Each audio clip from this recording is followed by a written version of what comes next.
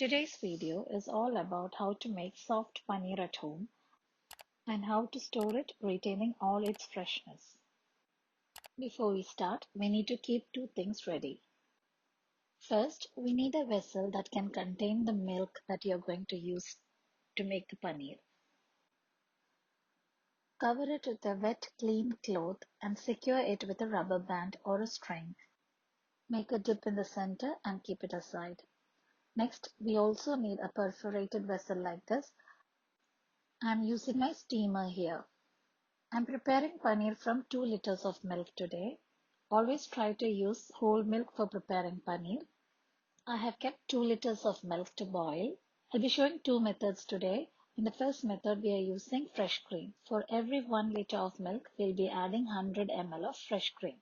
So here I'm using 2 liters of milk, so I'll be adding 200 ml of fresh cream to it. Stir it well and then let it boil. To curdle the milk, we need 40 ml of vinegar for every liter of milk. So in total, I'm taking 80 ml of vinegar here. I'm using malt vinegar. You can use any vinegar you like. As soon as the milk starts to boil, switch off the flame and add the vinegar to it. Give it a nice stir so that the milk curdles properly. If you feel that the milk is not curdling, add some more vinegar to it. Now we need to separate the whey and the paneer. So let's pour it onto the cloth we have kept ready. Remove the cloth from the vessel and wring it nicely. Tie it and place it on a perforated dish like this. Now apply weight on top of this so that the whey is completely removed from the paneer. Let it rest with the weight on for a minimum of 3 hours and the paneer is set properly.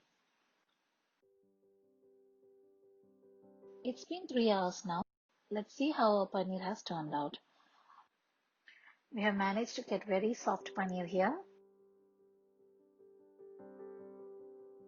Fresh cream is not always available at home, so in such cases we can go for second method. All the procedures are the same except that we are avoiding the cream here. Boil 2 liters of milk. As soon as the milk starts to boil, switch off the flame and add 80 ml of vinegar to it.